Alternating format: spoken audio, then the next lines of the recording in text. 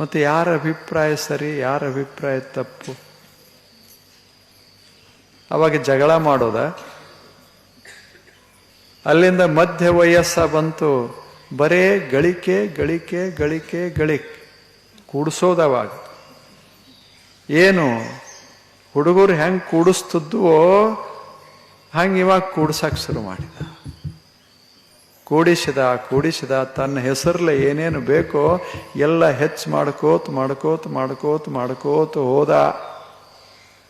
ಅದು ಸರಿ ಅನಿಸ್ತು, ಸಾರ್ಥಕ ಆಯಿತು ಜೀವನ ಅಂದ. ಮುಪ್ಪ ಬಂತು, ಎಲ್ಲ ಕೊಡ್ಕೋತ ಇಲ್ಲೇ ಮಧ್ಯ ವಯಸ್ಸ ಬಂತು, ಎಲ್ಲ ತಂದು ಮಾಡ್ಕೋತ ಹೋಗಿದ್ದ. ಮುಂದೆ ಎಲ್ಲ ಕೊಡ್ಕೋತ ಅಳಿಯ ಬಂದ, ಅವನಿಗಿಟ್ಟು ಕೊಟ್ಟ. ಮಕ್ಕಳು 4 ಮಂದಿ ಹಂಚಿಕೊಟ್ಟ. ಹೆಂಡತಿ ಹೆಸರಲ್ಲೇ ಒಂದಿಷ್ಟು ಕೊಟ್ಟ.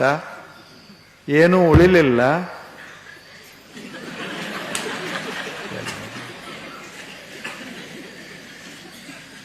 ಅವಾಗಂದ ಜೀವನದಾಗ ಏನು ಅರ್ಥ ಇಲ್ಲ, ಯಾಕೆ ವಯಸ್ಸಾಗಿತ್ತು,